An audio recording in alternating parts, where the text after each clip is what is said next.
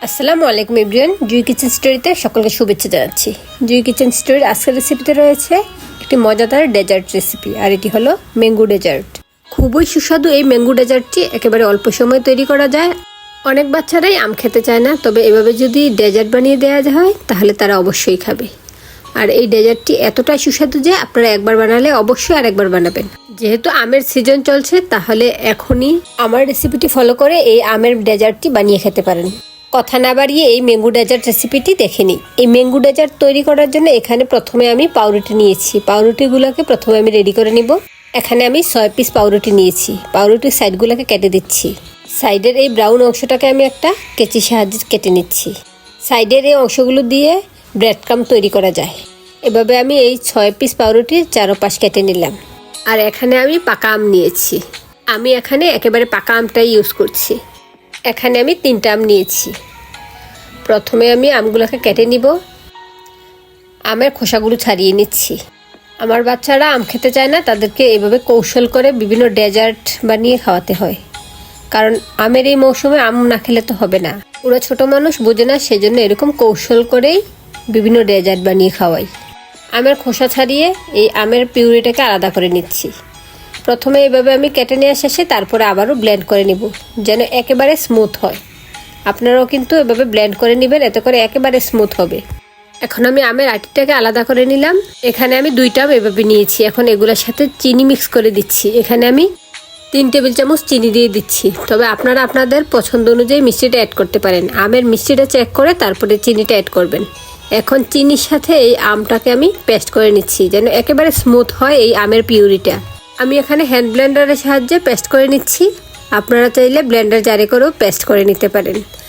এই তো একেবারে স্মুথভাবে ব্লেন্ড করা হয়ে গিয়েছে। তবে আপনাদের আমগুলো যদি আঁশযুক্ত হয় তাহলে অবশ্যই ছেঁকে নেবেন। আর এখানে আমি একটা আমকে ছোট ছোট টুকরো করে কেটে নিয়েছি, আর 2টা আম পেস্ট করে নিয়েছি। এখন চুলায় চলে আসছি। চুলায় একটি প্যান বসিয়ে দিয়েছি। এখন এর মধ্যে দিয়ে দিচ্ছি ম্যাঙ্গো পিউরিটা। এখন এটাকে চুলায় দিয়ে জাল করে নিব। এর মধ্যে আমি শুরুতে চিনি মিক্স করে দিয়েছি, সেজন্য এখন আর কোনো উপকরণ অ্যাড করছি না, শুধু জাল করে নিচ্ছি। এই আমের মধ্যে থাকা অতিরিক্ত পানি অংশটা শুকিয়ে আসা পর্যন্ত এটাকে জাল করে নিতে হবে। আমি আমের পিউরির সাথে চিনি অ্যাড করে একেবারে পেস্ট করে নিয়ে এসেছি, আর আপনারা চাইলে এখানে চিনি দিতে পারেন। আমি ম্যাঙ্গো পিউরিটাকে অনবরত নেড়েচেড়ে জাল করে নিচ্ছি। আর এই মুহূর্তে চুলার আঁচটা আমি মিডিয়ামে রেখেই জাল করে নিচ্ছি। এর মধ্যে এই পিউরিটা জাল করা হয়ে গিয়েছে। এর মধ্যে অতিরিক্ত পানি অংশটা শুকিয়ে এসেছে, তাই এখন এটাকে চুলা থেকে তুলে নিব। এখানে আমি প্রায় 5 মিনিট সময় ধরে জাল করেছি। এখন চুলায় আরেকটি প্যান বসিয়ে দিয়েছি। সেই প্যানের মধ্যে দিয়ে দিচ্ছি এখানে 1/2 কেজি পরিমাণ আগে থেকে জাল করা দুধ। তবে আপনারা চাইলে এখানে কিন্তু কাঁচা দুধটা দিয়েও জাল করে নিতে পারেন। এখন এর মধ্যে 1/2 কাপ পরিমাণ চিনি দিয়েছি। এখন দিয়ে দিয়েছি 2 টেবিল চামচ পরিমাণ কাস্টার্ড পাউডার। এখন চুলার আঁচটা কিন্তু আমি এখনও জ্বালাইনি। আগে আমি এগুলোকে মিশিয়ে নিব। এখানে আমি একটা হ্যান্ড উইক্স দিয়ে প্রথমে ভালোভাবে মিশিয়ে নিচ্ছি। যেহেতু আগে থেকে জাল করা দুধ, সেই জন্য আমি ঠান্ডা অবস্থায় এই উপকরণগুলো মিশিয়ে দিয়েছি। এখন চুলাটা জ্বালিয়ে অনবরত নেড়েচেড়ে জাল করে নিচ্ছি।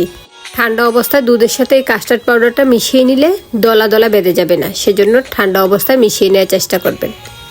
এই তো দেখুন, এর মধ্যে জাল করতে করতে অনেকটাই ঘন হয়ে এসেছে। চুলার আঁচ মিডিয়ামে রেখে আমি 2-3 মিনিট জাল করাতে এটা অনেকটাই হয়ে এসেছে। আর দেখুন ঘনত্বটা কেমন হয়েছে। এটাতে ভালোভাবে বলক চলে আসা পর্যন্ত আমি এটাকে জাল করে নিচ্ছি। যেহেতু আগে থেকে জাল করা দুধ, সেই জন্য খুব বেশি সময় ধরে জাল করতে হবে না। দেখুন কাস্টার্ড পাউডারটা দেওয়াতে ঘনত্বটা কেমন হয়ে এসছে। এই তো দেখুন এর মধ্যে ভালোভাবে বলক চলে আসছে, আর চিনিটাও গলে গিয়েছে। আর আপনারা কিন্তু অবশ্যই 1/2 কেজি দুধের সাথে এখানে 1/2 কাপ পরিমাণ চিনি দিবেন, এতে করে পারফেক্টলি মিষ্টিটা হবে। এখন চুলাটা বন্ধ করে দিয়েছি। আমি একটু নেড়েচেড়ে দিচ্ছি যেন অতিরিক্ত গরমটা চলে যায়।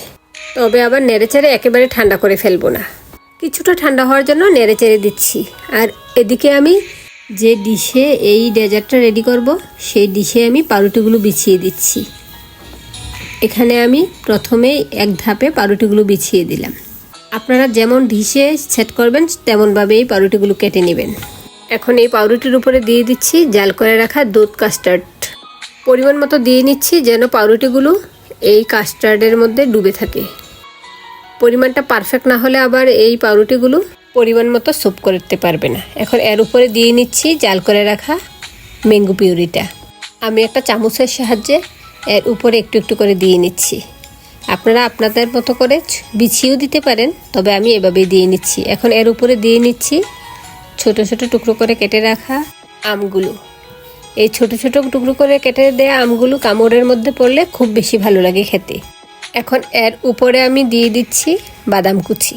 এই বাদাম কুচি দেওয়ার পর আমি আরেকটা লেয়ার পাউরুটি দিয়ে নিচ্ছি। তারপরে অন্যান্য উপকরণগুলো আবারও সেমভাবে দিয়ে নিব। ভিডিওটি যারা দেখছেন ভালো লেগে থাকলে ভিডিওটিতে লাইক দিয়ে যাবেন এবং আমার চ্যানেলে নতুন হয়ে থাকলে চ্যানেলটি ঘুরে আসতে পারেন। চ্যানেলে অনেক ধরনের ভিডিও রয়েছে, ভালো লেগে থাকলে চ্যানেলটি সাবস্ক্রাইব করে পাশে থাকা বেল আইকনটি বাজিয়ে দিবেন। এতে করে আমি নতুন কোনো ভিডিও দিলে এর নোটিফিকেশন সবার আগে আপনার কাছে পৌঁছে যাবে। আর যারা ইতিমধ্যে সাবস্ক্রাইব করেছেন তাদেরকে অসংখ্য ধন্যবাদ। তবে আপনারা বেশি বেশি করে শেয়ার করে দিন, এতে করে অনেকের কাছে পৌঁছে যাবে আমার এই ভিডিওটি। আর ভিডিও সম্পর্কে কোনো তথ্য জানার থাকলে আমাকে কমেন্টস করবেন, আমি কমেন্টে উত্তর দিয়ে দিব। এখন আমি একটা পাইপিং ব্যাগে জাল করে রাখা ম্যাঙ্গো পিউরিটা নিয়ে উপরে ডিজাইন করে দিয়ে নিচ্ছি। আপনারা আপনাদের পছন্দ অনুযায়ী ডিজাইন করে দিতে পারেন, তবে আমি এমনভাবে দিচ্ছি, আপনারা এইভাবে দিতে পারেন অথবা চেঞ্জও করতে পারেন। আবার আপনারা চাইলে পুরোটা তো প্রলেপ দিয়ে নিতে পারেন, যে যেভাবে পছন্দ করেন সেভাবেই দেয়া যায়। এখন আমি এর উপরে পেস্তা বাদাম কুচি দিয়ে নিচ্ছি। ভিতরের অংশে আমি কাঠবাদাম কাজু বাদাম কুচি দিয়েছি, আর উপরের অংশটাতে আমি শুধুমাত্র পেস্তা বাদাম কুচি দিয়ে নিচ্ছি। এখন এটাকে ঢাকনা দিয়ে ডেকে রেস্টে রেখে দিব 2 ঘন্টা। 2 ঘন্টা পর এটা রেডি হয়ে যাবে। তবে আপনারা চাইলে আরও বেশি সময়ও এটাকে এভাবে রেস্টে রেখে দিতে পারেন। আমার হাতে সময় কম ছিল, সেজন্য আমি 2 ঘন্টা রেখে এটাকে কেটে খেয়ে নিয়েছি। যেহেতু বাচ্চাদের পছন্দের, বাচ্চারা খেতে চেয়েছে, সেজন্য আমি 2 ঘন্টা পরে এটাকে কেটে নিচ্ছি। অবশ্য 2 ঘন্টার মধ্যেই এটা পারফেক্টলি সেট হয়ে গিয়েছে। আর আপনারা যদি বেশি সময় যাবত এটাকে রাখতে চান তাহলে এটাকে নর্মাল ফ্রিজে রাখবেন, তা না হলে এটা নষ্ট হয়ে যেতে পারে।